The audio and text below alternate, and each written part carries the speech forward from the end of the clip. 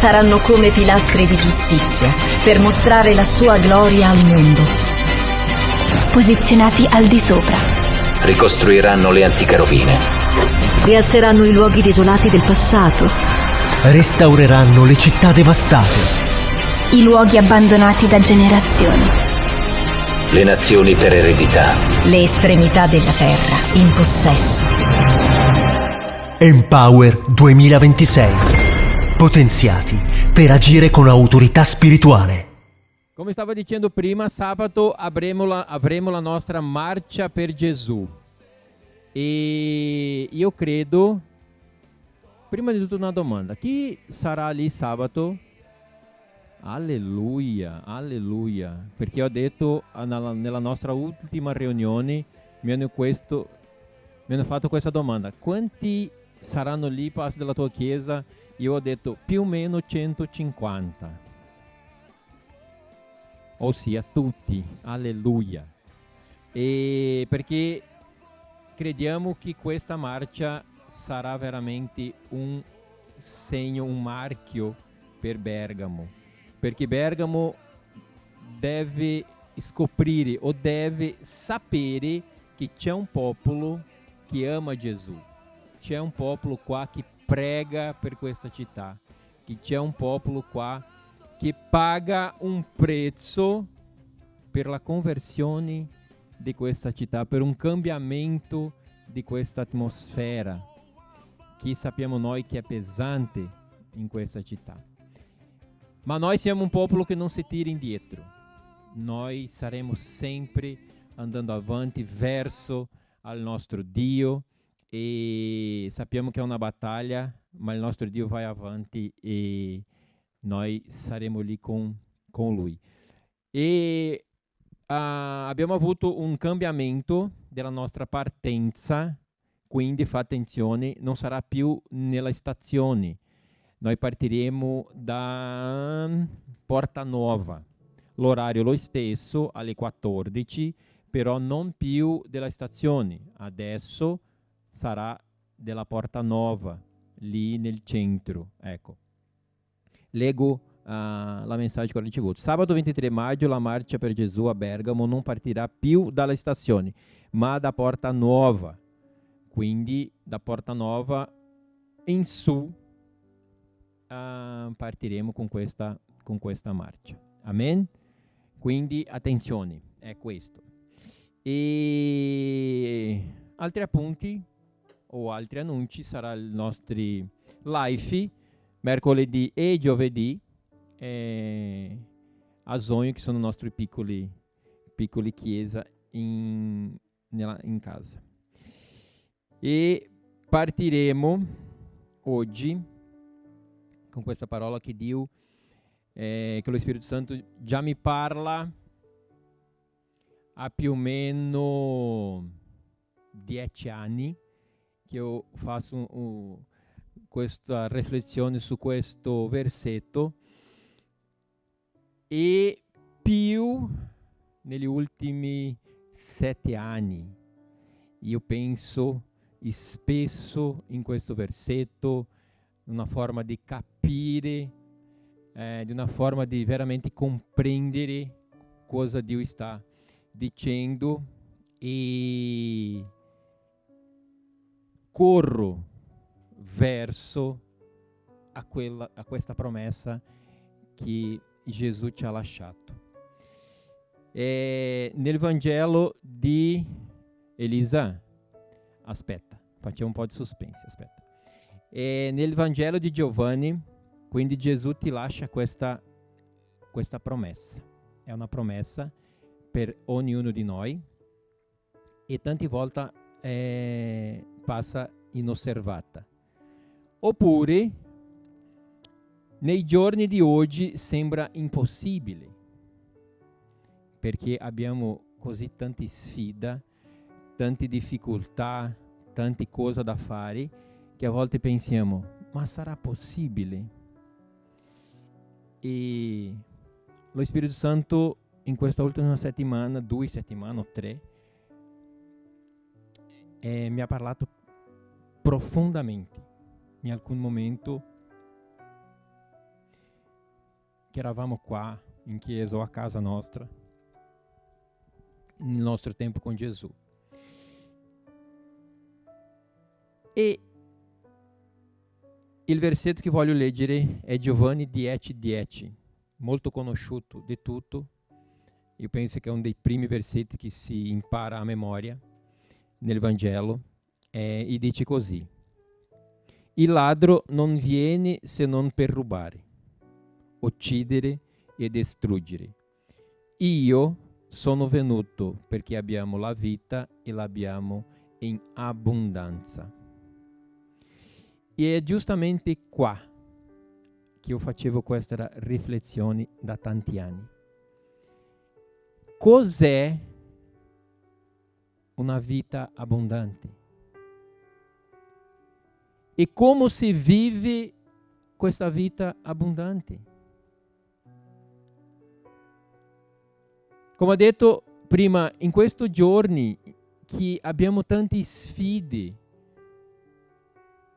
tanti io.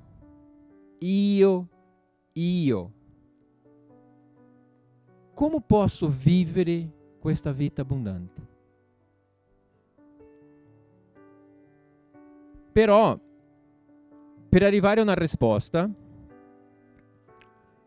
dobbiamo dividere questo versetto in due parti. La prima parte di questo versetto, puoi mettere lì,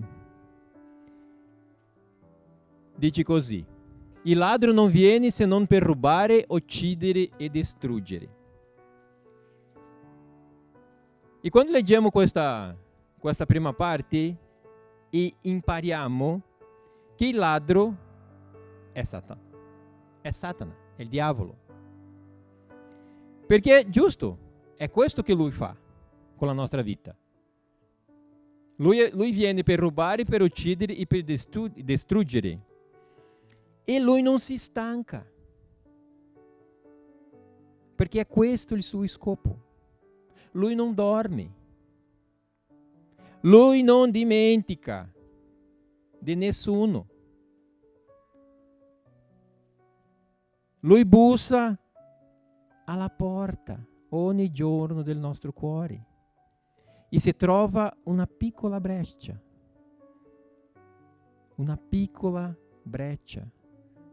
una finestra così aperta. Lui entra e fa quello: ruba, uccidere e distrugge. Ma non è solo il nemico che fa questo.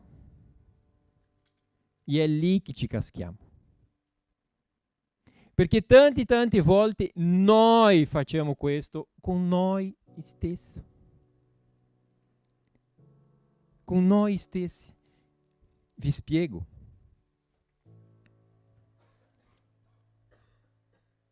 E spesso non ci rendiamo conto che piccole decisioni quotidiane ci fa allontanare dalla vita abbondante che Gesù ha preparato per noi. E voglio spiegarvi in 3 esempi quotidiano, básico, di come noi possiamo rubare di noi stessi questa vita abbondante. Esempio 1. E questo parliamo spesso anche qua in chiesa. È la priorità. La priorità della nostra vita. La priorità dei nostri giorni quotidiani. Quando togliamo Gesù dal primo posto nella nostra vita, stiamo privando noi stessi di momenti importanti nella presenza dello Spirito Santo, dove possiamo essere ministrati, istruiti e trasformati. E allora faccio una domanda a ognuno di noi. Quando è stata l'ultima volta che tu hai fermato tutto nella tua vita per stare nella presenza del Signore? solo per sentire la sua voce, senza dire nulla, senza chiedere nulla, solo respirando il suo respiro, o solo sentendo la sua voce.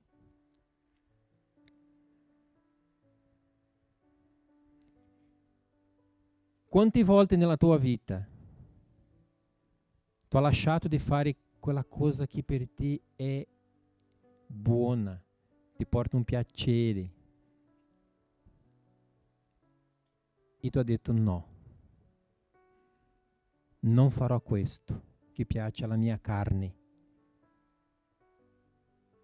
ma io farò questo che piace al mio spirito.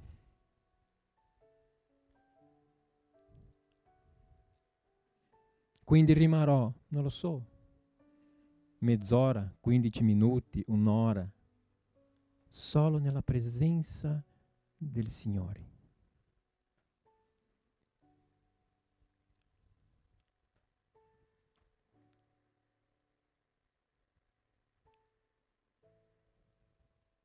Quanto tempo tu leggi un versetto della parola e medita in questo tutta la giornata?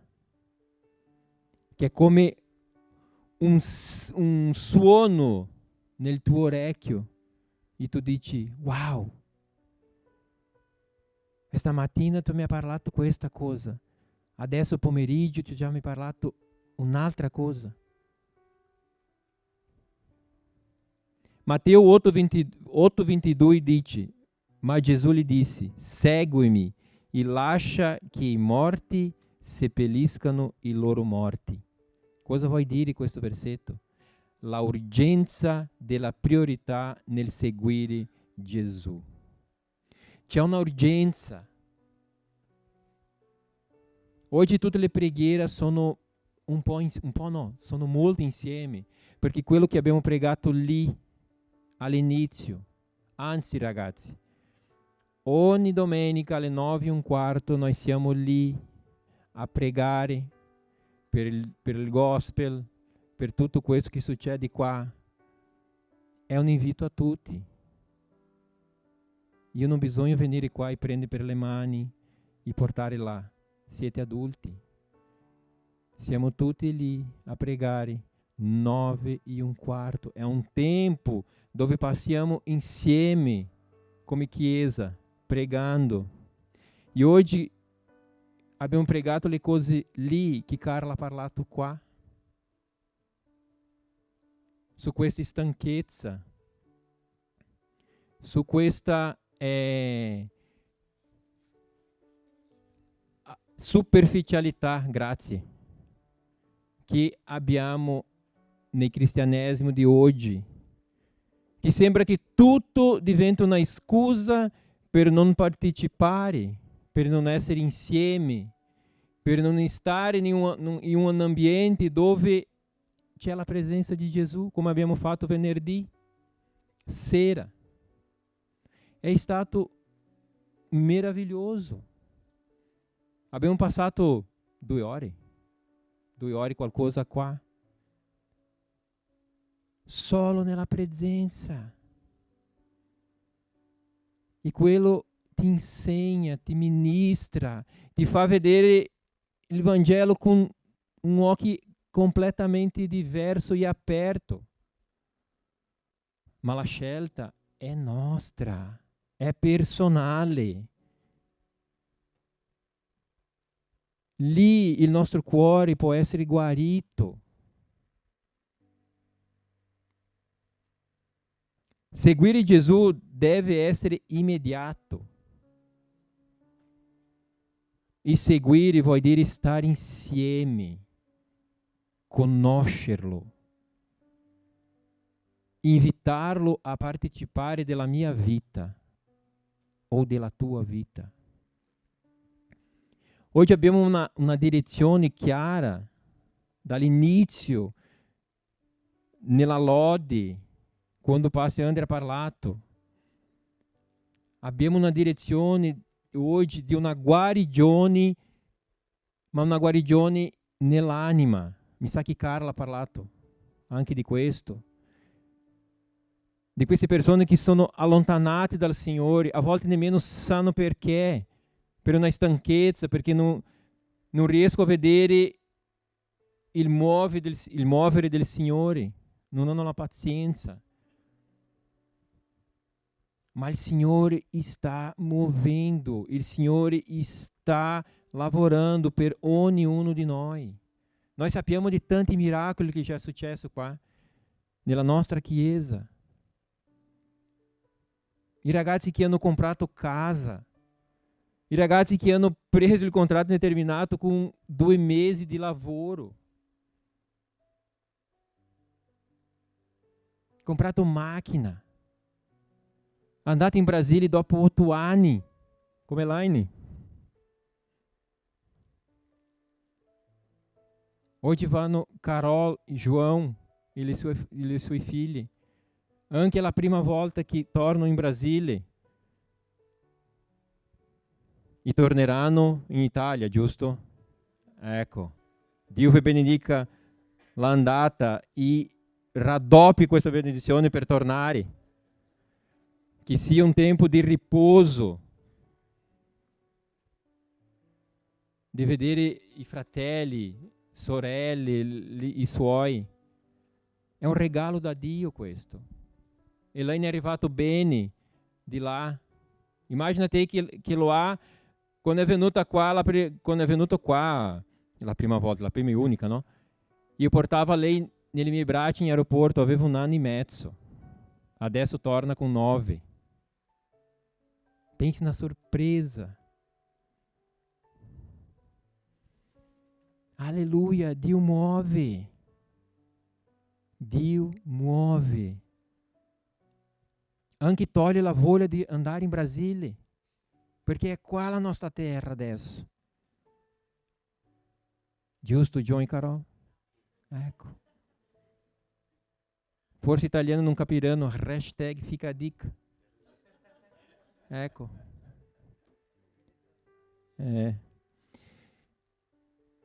Quindi il primo punto, la priorità. Quindi se Gesù non è la priorità nella tua vita, fratelli e sorelle,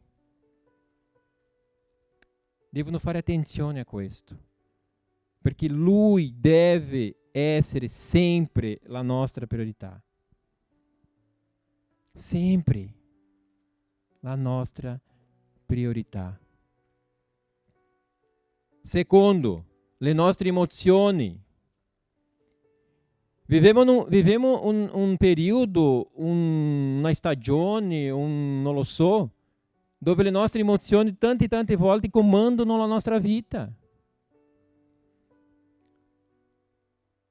Le paure, vergogna, insicurezza, orgoglio. Viviamo una generazione che è molto egoista. Io mi sa che hanno tolto la parola altruismo. C'è questa parola in italiano? Altruismo? Oggi facciamo fatica di essere altruista, perché pensiamo primo io, dopo lui. E non è questo che Gesù ti insegna. Gesù ti insegna il contrario, prima lui, dopo io. Se tu vuoi essere il primo, sia l'ultimo. È questo che Gesù ti insegna. Oggi per tu essere una persona diversa, io volevo usare l'espressione careta, ma non c'è in italiano careta, no? Non lo so. Per tu essere una persona diversa oggi, basta che tu sia sposato, che tu abbia una sola moglie e che tu sia fedele a questa. Tu è diverso. Che tu non sia un ubriaco. Tu è diverso. Che tu aiuti le persone. Tu è diverso. È tutta una confusione. Non posso lasciare la mia macchina aperta, è mia, io ho pagato. Ma io non posso lasciare una macchina aperta.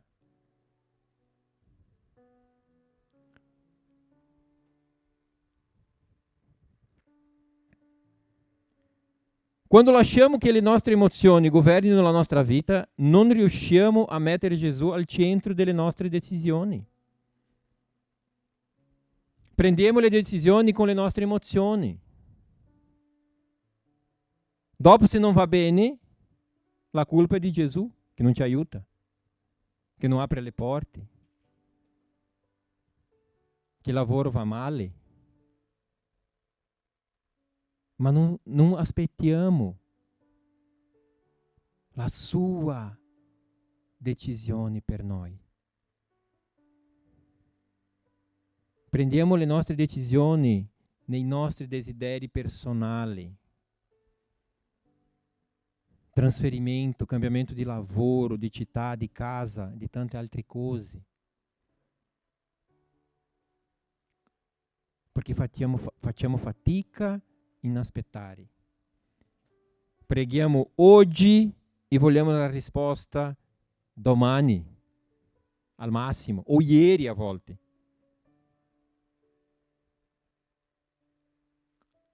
Però Gesù non è così. Se leggiamo la parola,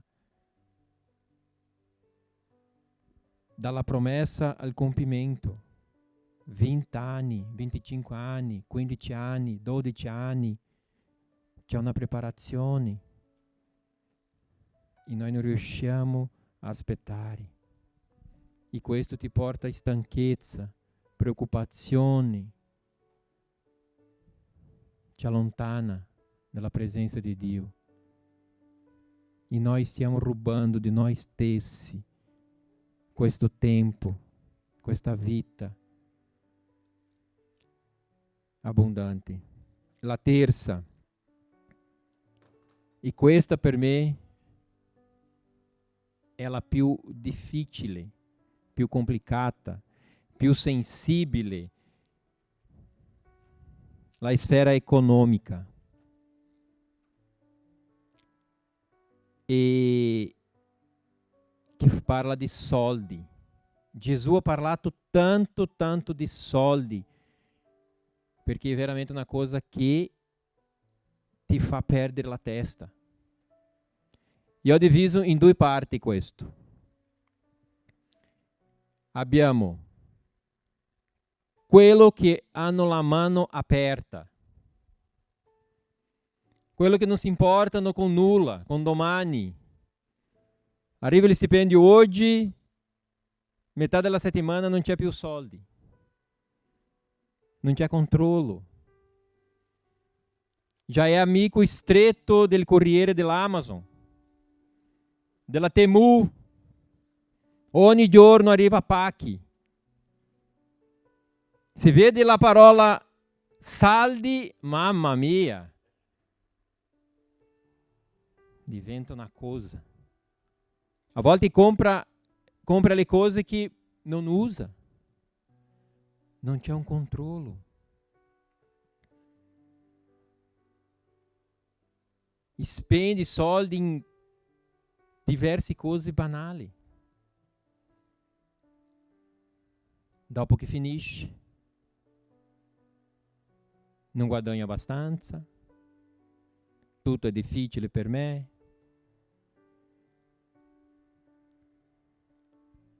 Veronica ha parlato oggi sulle 10 offerte. È un principio. A volte spendiamo i soldi in tante altre cose, ma in questo principio facciamo fatica. Ageo 1, 5 e 6 dice così: riflette bene sulla vostra condotta. Avete seminato molto e avete raccolto poco. Voi mangiate ma senza saziarvi. Bevete, ma senza soddisfare la vostra sete. Vi vestite, ma non c'è chi ci riscaldi. Chi guadagna un salario mette il suo salario in una borsa bucata. È serissimo questa cosa. Non c'è la protezione, non c'è l'orientamento. Lo so che c'è le persone che hanno difficoltà in controllarsi, ma possiamo imparare. Possiamo imparare. Possiamo mettere delle regole. A casa nostra abbiamo una regola. C'è un valore che fino lì possiamo spendere senza consultare une agli altri. Ma sopra quello valore non facciamo. Senza parlare tra noi. Di solito Andrea mi chiama e dice: amore, c'è questo scarpe bellissimo che io voglio perché non ce l'ho nessuno a casa. Io penso, ma inventarono una colore diversa adesso? Scherzando, ragazzi. Veramente a casa nostra io spendo di più che la mia moglie. Lui è più... Non è vero questo. Non è vero. A volte lui mi regala scarpe só per dirti questo. Hai visto? Hai un scarpe adesso più di me. Non è vero. Ecco. Ma è che a casa mia, quello che ci conosce sai, no? A casa nostra siamo io sono l'unico maschio, sono 3 femmine e loro indossano, come si dice? Indossano le scarpe della stessa taglia. Quindi scarpe possono usare tutti e 3. Invece io no. Per questo che tipo comprano un rosso, tutti e 3 usano quello rosso. Io no, io devo comprare un rosso solo per me. È per questo che ho scarpe più di loro. Quindi è questo. Ma abbiamo questo controllo e sempre abbiamo avuto questo controllo a casa nostra. Perché sappiamo che se manca quello, ti ruba la pace, ti ruba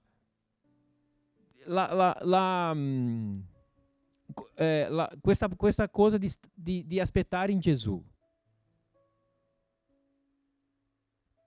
Ti ruba. Questo dobbiamo avere questo controllo. E abbiamo l'altra parte, che è la mano chiusa, tacanho, tirchio, quello che non spende, non mangia la uova per non buttare fuori la buccia. Questo è un peccato anche. Non porta in un anno la sua moglie per fare una cena. E quando porta un kebab. Misericórdia! Sebbene, ragazzi, che c'è un kebab lì Alzano. Kebab gourmet, è bellissimo. Ma è così. Diventa schiavo del denaro.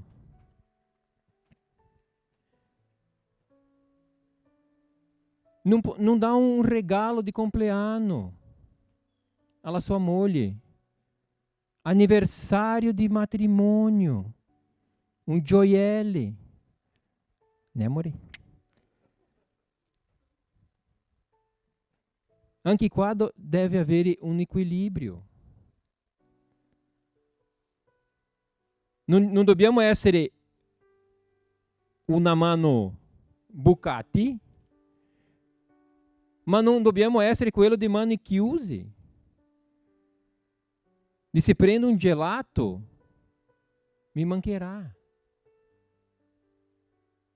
O se la suocera viene a casa sua per 3 mesi, não 2 mesi. Non posso pensare nella boleta di gas, nella boleta d'acqua. Lei fa parte da famiglia.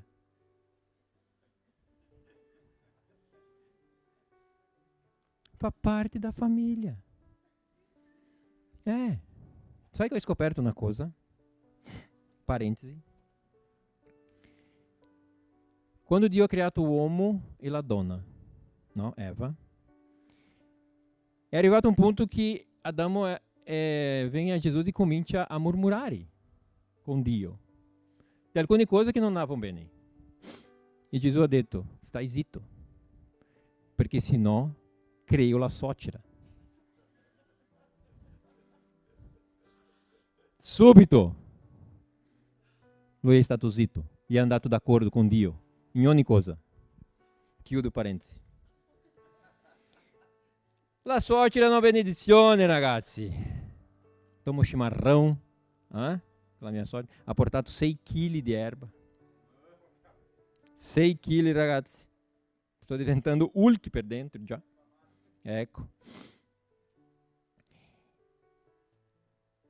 C'è quello che anda... Come si chiama questo? Per non dire una parola? Calzini? Ecco. Anda con calzini bucati. Non costa niente, Action costa 3 e qualcosa. E la parola di Dio ci insegna, e è molto chiara, nessuno può servire 2 padroni, o amerà Dio o amerà il denaro. Non possiamo avere 2 Dio nella nostra vita. Dio è solo uno. Dio non vuole solo toglierci l'amore per il denaro, ma insegnarci a gestire con saggezza ciò che ci ha affidato. Quindi lui non è contro i soldi, lui non è contro una bella vita, lui non è contro queste cose. Allora, lui sì è contro quando il denaro diventa più importante che lui. Lì ti ruba, come quella persona che è mano aperta, che spende tutto, quello che non spende anche ruba la pace, viene la insicurezza. Perché se io vado a un ristorante con la mia moglie, a Città Alta, a mangiare in quel balcone bellissimo che c'è lì, terrazza, come dice la mia moglie, io non posso arrivare lì dopo che scendo, comincio a rimanere preoccupato perché mi mancherà quello. Non è. Dio è felice quando faccio questo mimo, questo coccole alla mia moglie o ai miei figli.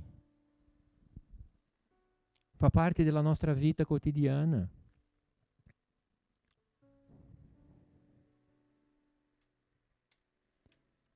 Quindi parliamo della prima parte di questo versetto, per capire quello che ti ruba la possibilità di avere questa vita abbondante. Allora vediamo come avere questa vita abbondante. E Dio ha dato 2 volte l'opportunità dell'uomo vivere questa vita abbondante, una vita piena. E la prima volta è stato nel libro di Genesi, capitolo 2, onde descreve lì che Dio ha creato tutto. Ha creato il giardino, ha creato le piante, animali, tutto quello. Io immagino questo giardino una perfezione, una vera perfezione, un'atmosfera di miracoli, un'atmosfera di pace, di pienezza, che non mancava nulla. E ha messo l'uomo lì, dentro di questo giardino, per vivere la pienezza con Dio. E cosa Dio ha chiesto? Tra virgolette, molto tra virgolette, in scambio. Il rapporto. il rapporto. Perché lui veniva a avere un incontro con l'uomo ogni tramonto. A volte eu penso, cosa Adamo parlava a Dio? Cosa Dio parlava a Adamo? Cosa loro parlavano tra loro?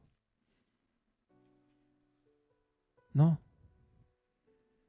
Anche mi domando, Dio guarda l'uomo e vede che lui è lì, tranquillo, senza problema, godendo daquele giardino, tranquillamente. E lui ha detto, creerò una donna per lui. Dio poteva aver creato una squadra di calcio. Qualcuno che mangiava una grigliata per fare la compagnia all'uomo, no? Ha creato le donne. E dopo sappiamo come è andata la storia.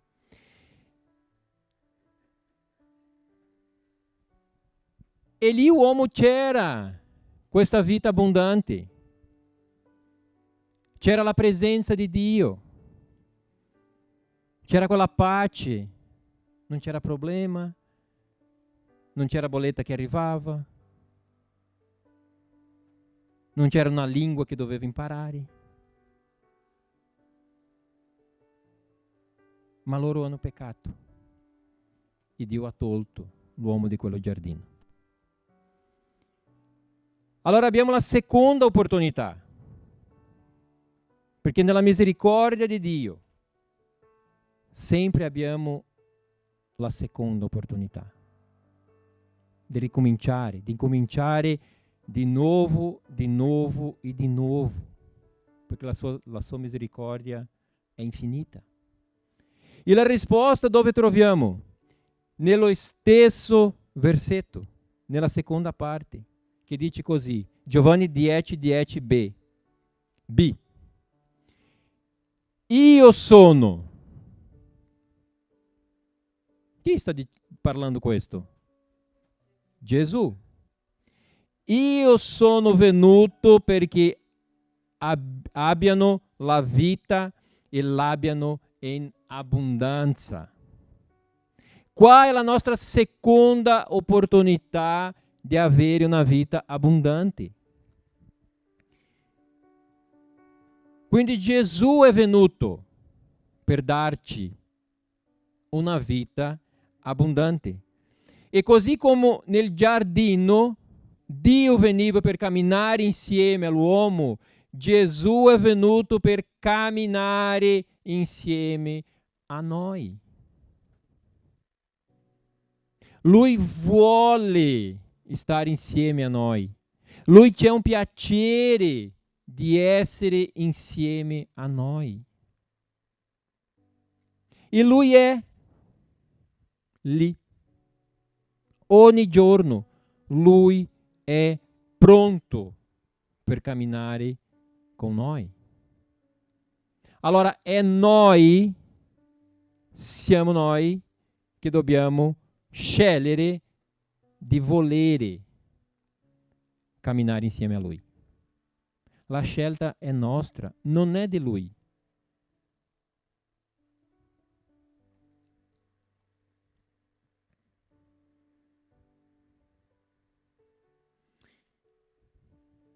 Sai ragazzi che quello che lo Spirito Santo mi diceva, solo se io ho questa vita di intimità, questa vita profonda con Gesù, eu riesco ad avere questa vita abbondante. Perché la vita abbondante non c'entra nulla con soldi, non c'entra nulla con una bella casa, non c'entra nulla con un bel lavoro, non c'entra nulla con una bella macchina. Una vita abbondante c'entra con la mia unità, la mia comunione con Gesù, con lo Spirito Santo. È lì che può crollare il mondo. Ma la mia fiducia è in Lui.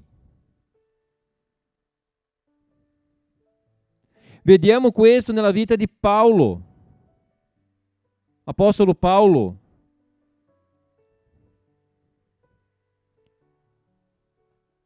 Dopo che lui si è convertito, lui c'era soldi. Non è che lui è venuto da una famiglia povera. Lui c'era soldi, c'era influenza, conosceva la cultura, parlava più di una lingua. E dove lui ha trovato questa vita abbondante? Nella presenza di Gesù, nella presenza dello Spirito Santo. E cosa succedeva con lui? Prigioni. Doveva scappare di tanti posti.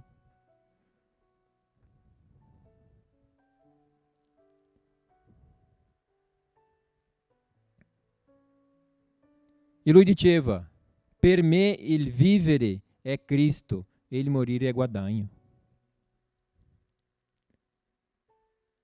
Lui affermava che aveva imparato a vivere con poco e con molto. Ossia, niente importava. O che veramente importava era fare quello che lo Spirito Santo o Gesù voleva che lui facesse. La sua vita completa era sotto il controllo di Gesù.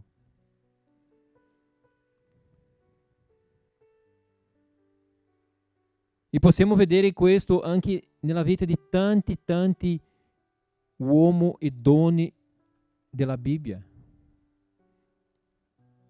che a volte hanno vissuto una vita non così facile, anzi difficile, con problemi, sfide,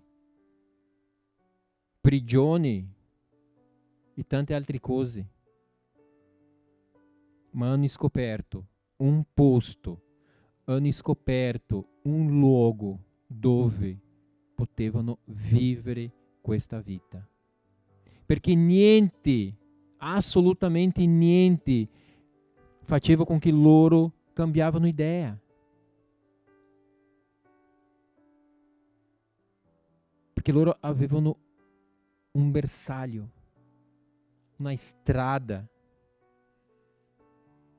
E a volte oggi questo ci manca. Se eu facesse una domanda oggi per noi, dove voglio arrivare? Dove voglio arrivare? Parlando spiritualmente.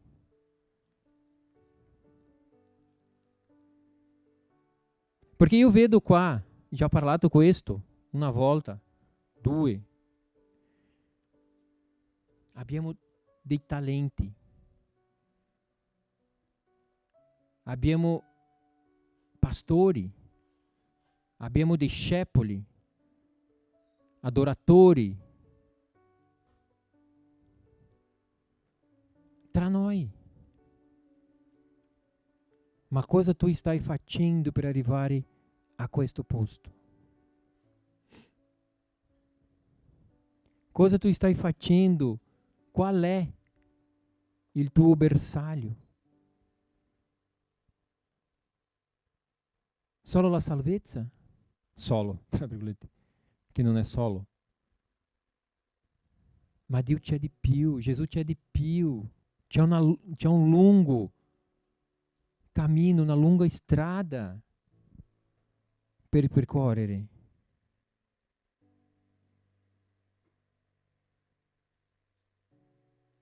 Per concludere, faccio una parafrase del Salmo 23, che parla di questa vita abbondante. Lì dice che il Signore ci guida. Il Signore ci guida. E come Lui fa per guidarci? Se a volte tu non conosci Lui, o se Lui non ti conosce. Lui ti guida in luogo di pace, non ti lascia mancare nulla, ti dà riposo e sicurezza. È questo che un buon pastore fa. E lui è il nostro pastore. Lui non ti dice che tu non avrai problemi. Lui non ti dice che non avrai situazioni di lotta, di deserto. Ma lui ti dice che lui sarà lì con te. Dove tu non puoi camminare, lui ti prenderà nelle sue braccia e ti porterà. Dove ha ferita, lui ti guarisce. Dove ha mancanza di perdono, lui ti aiuterà a perdonare.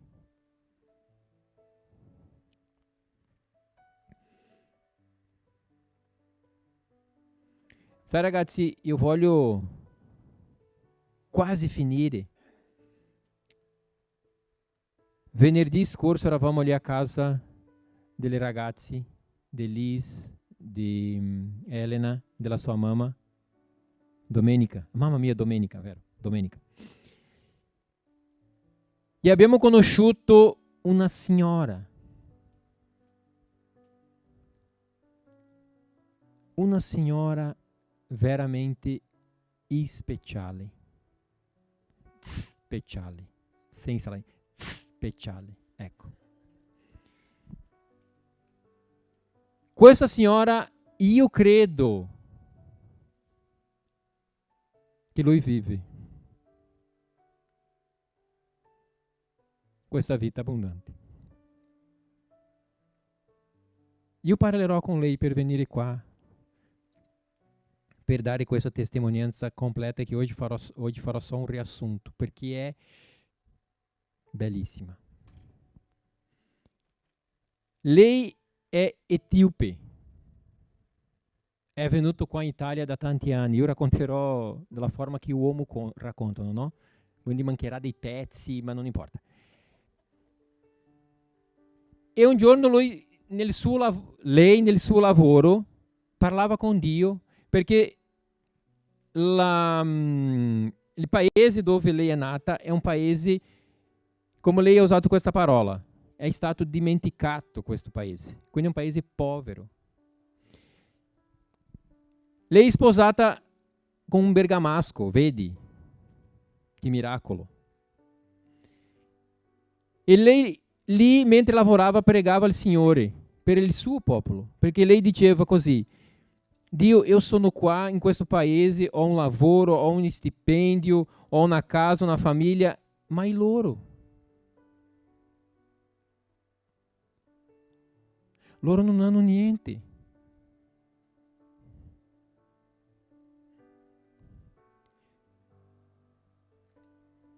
Cosa posso fare? Il Signore ha parlato con lei di una forma molto speciale. E lei ha cominciato a risparmiare dei piccoli resto di soldi. E è arrivato un giorno, però lei non ha parlato alla sua famiglia. È arrivato un giorno che Dio la chiama e dice: è ora di parlare, di condividere questo con la sua famiglia. E lei ha condiviso lì con la sua famiglia quello sogno che il Signore ha messo nel suo cuore. E tutte delle sue famiglie, anche il suo marito bergamasco, che parlano che bergamasco hanno un cuore duro, cosa così. Lui ha detto così: facciamo, aiutiamo con quello che noi abbiamo. I ragazzi oggi, loro hanno costruito in quello paese scuola, ospedali, pozzi di acqua potabile, orfanatrofio. E sai cosa?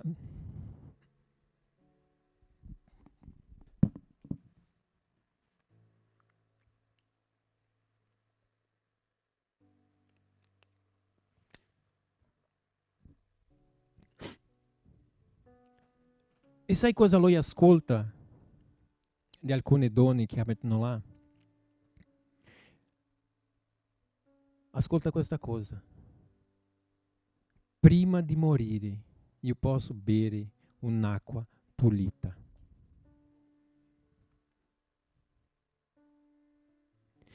Una ragazza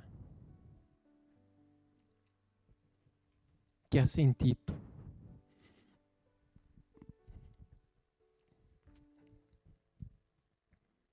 e ha creduto e ha un'intimità con lo Spirito Santo. Perché non siamo noi che facciamo, è lo Spirito Santo attraverso noi. Perché se lui incontra un cuore disposto, se lui incontra un cuore che vuole fare, lui fa, lui aggiunge persone. Oggi arrivano lì medici di tutto il mondo per aiutare quella città. Quando lei arriva lì, tutti di quel paese fanno una festa, perché si è messo a disposizione. E lì c'è una vita abbondante,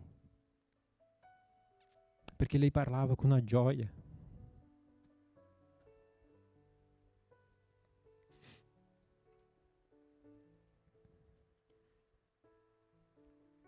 Ma non perché lei ha fatto, ma perché si è lasciato fare. E a volte noi siamo così egoisti, così in noi, che non riusciamo a guardare un collega di lavoro, un collega qua un amico, un fratello della chiesa, perché siamo occupati con i nostri affari. Io credo, ragazzi, veramente che Dio sta chiamando la nostra attenzione per una chiesa più intima, più sana, più matura e più altruista. Perché è così. A volte abbiamo, come Carla ha detto oggi, conosciamo delle persone che sono allontanate di Gesù e noi guardiamo, invece di pregare per quella persona, giudichiamo perché ha lasciato, perché si è allontanato, perché ha fatto questo, perché ha fatto quello. La giustizia è di Dio. La preghiera è nostra. È questo che fa una chiesa forte. E per finire, voglio finire con questa frase. La vera abbondanza inizia quando Gesù non è solo una parte della nostra vita, ma diventa il centro di tutto. Non possiamo avere una vita abbondante separato da Dio. Non possiamo avere una vita abbondante separato di una intimità con lo Spirito Santo. E sai, ragazzi, quando facciamo queste cose qua in chiesa, tipo venerdì sera, che invitiamo tutta la chiesa, è perché sappiamo che la presenza di Dio non c'è un'altra cosa più importante. È la nostra priorità. E noi vogliamo condividere questo con voi. E noi vogliamo insegnarvi a stare nella presenza, perché sappiamo che è lì che siamo guariti, che impariamo, che lo Spirito Santo parla nella nostra vita. Eu voglio invitare a alzarvi.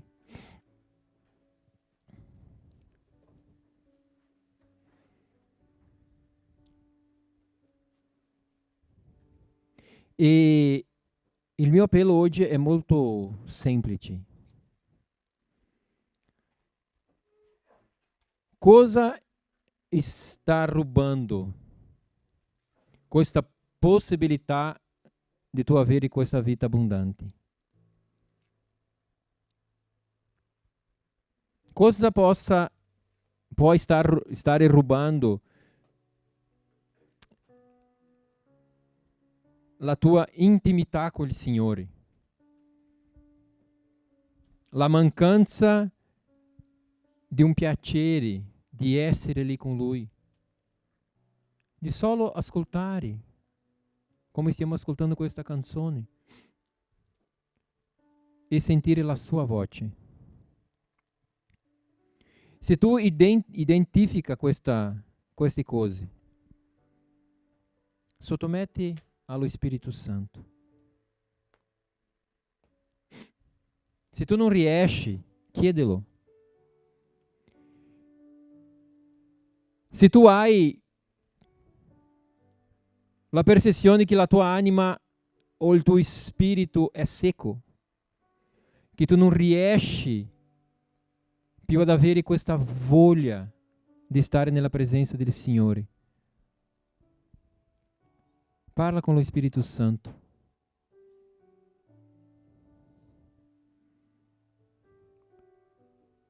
Lui è l'acqua di vita, la vera vita abbondante.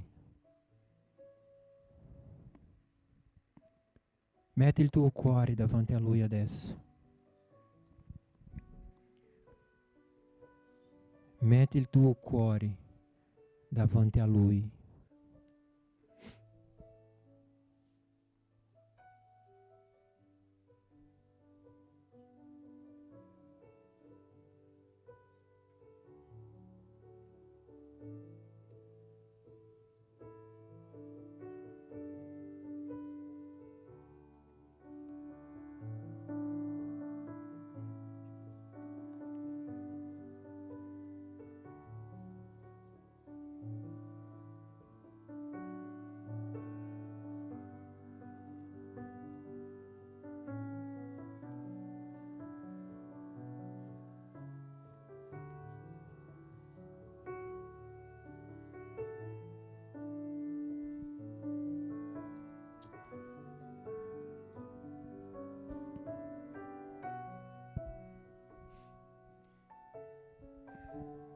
Amen, Signore Dio. Grazie, Signore. Grazie, Signore, perché Tu ci insegna, Signore. Grazie, Signore Dio, perché Tu conosci ognuno di noi che siamo qua stamattina. Tu conosci, Signore, le nostre paure, le nostre insicurezze, Signore. Tu conosci, Signore, la parte del nostro cuore che è orgoglioso, Signore. Tu conosci, Signore, la parte della nostra vita che ancora non è sottomessa a Te.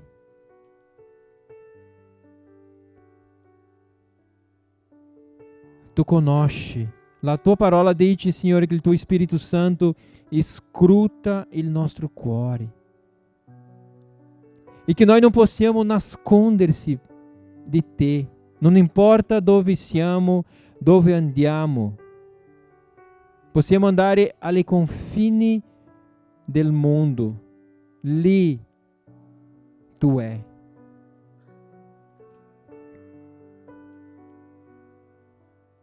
E noi vogliamo imparare, Signore, a vivere questa promessa.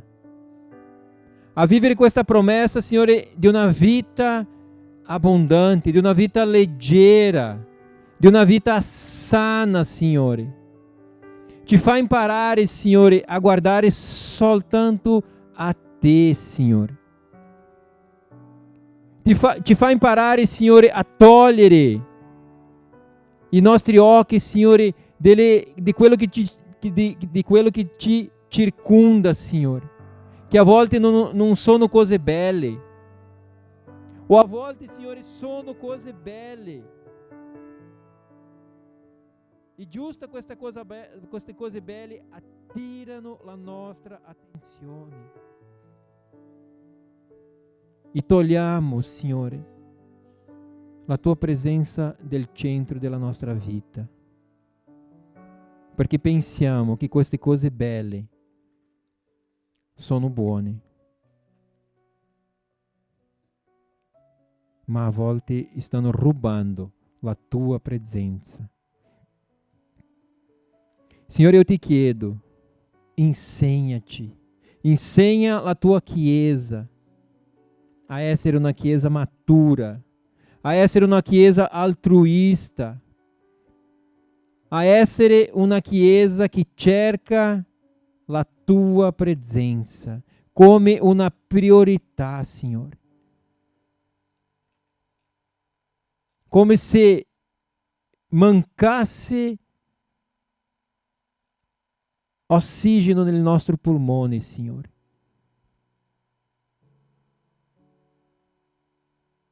È così che vogliamo vivere, Signore.